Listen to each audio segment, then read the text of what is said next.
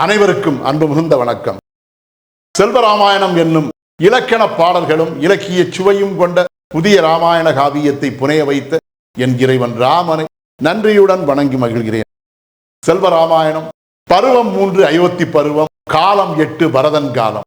சத்துருக்கனின் வார்த்தைகள் ஏற்படுத்திய தெளிவினார் முனிவரின் துன்பமும் தவிப்பும் நீங்கி மகிழ்ச்சி பிறத்தல்.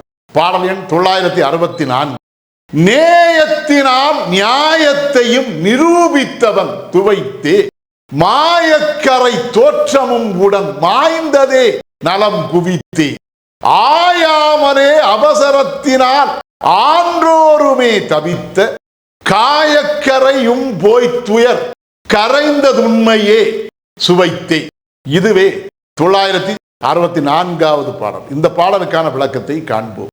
நேயத்தினால் நியாயத்தையும் நிரூபித்தவன் துவைத்தே என்ற முதல் வரிக்கான விளக்கம். அழுக்கு துணிகளை துவைப்பதை போல் நேயம் என்கிற உயிர் அன்பினால் நியாயத்தை வெளிப்படுத்துவதற்காக, அதுவும் தன்னுடைய தமையன் பரதன் தரப்பிலே இருக்கக்கூடிய நியாயத்தை கூறுவதற்காக, அதை நிரூபிப்பதற்காக அந்த சத்துருக்கன் ஆனவன் அந்த முனிவர் யாவருடைய உள்ளத்திலும் இருந்த அந்த கரை என்கிற அழுக்கை துவைத்து அதன் மூலமாக அவ்வாறு அவன் செயல்பட்டதன் காரணத்தால் மாயக்கரை தோற்றமும் உடன் மாய்ந்ததே நலம் குவித்தே. அந்த முனிவருடைய உள்ளத்திலே மாயமாக மறைந்து நின்ற அந்த கரை போன்ற அந்த தெளிவற்ற நிலையும் உடனே மறைந்து நலம் விளைந்தது. ஆயாமலே அவசரத்தினால் ஆன்றோருமே தவித்த, பரதனுடைய உள்ளத்தை நன்கு ஆராய்ந்து பார்க்காமல் அவசரப்பட்டு போய் அந்த முனிவர் யாவரும், ஆன்றோர் என்கிற அறிவில் சிறந்தவராகிய அந்த தவ சான்றோர் யாவருமே பிழை செய்து அதனால் ஏற்பட்ட தவிப்பும் கூட காயக்கரையும் போய் துயர் கரைந்ததுண்மையே சுவைத்தே.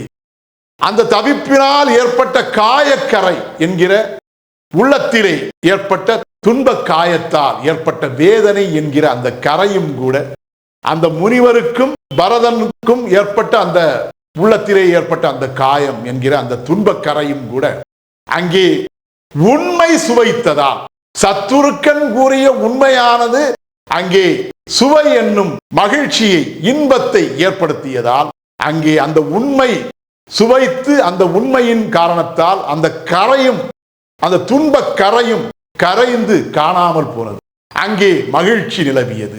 இவ்வாறு சத்துருக்கன் பேசிய வார்த்தைகளால் அங்கே யாவருக்கும் இன்பம் பிறந்தது.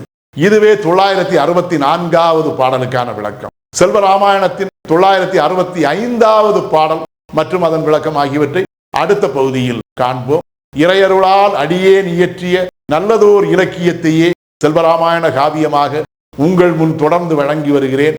உங்கள் அன்பையும் ஆதரவையும் தொடர்ந்து தந்து இந்த புதிய ராமாயண காவியத்தை அனைவரிடத்திலும் கொண்டு சேர்க்குமாறு உங்களை அன்போடு கேட்டுக்கொள்கிறேன்.